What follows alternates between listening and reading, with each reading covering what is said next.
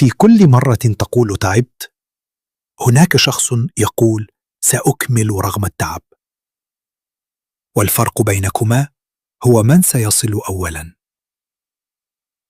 لا تنتظر الحظ، اصنع الفرصة. لا تشتكي من الظروف، كن أنت من يغيرها. لا تسمح للفشل أن يعرفك، بل اجعل من كل سقوط دافعاً للصعود أعلى. تذكر، كل شخص ناجح بدأ من مكان بسيط، لكنه رفض أن يبقى فيه. وأنت؟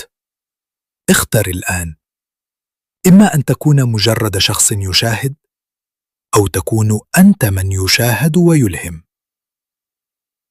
آمن بنفسك حتى عندما يشك الجميع بك. اعمل بصمت، ودع إنجازاتك تصرخ بصوت أعلى من أي كلمات. وإذا ألهمك هذا الكلام، ادعمنا بلايك واشتراك، وخليها بداية لحياة جديدة مليانة عزيمة ونجاح.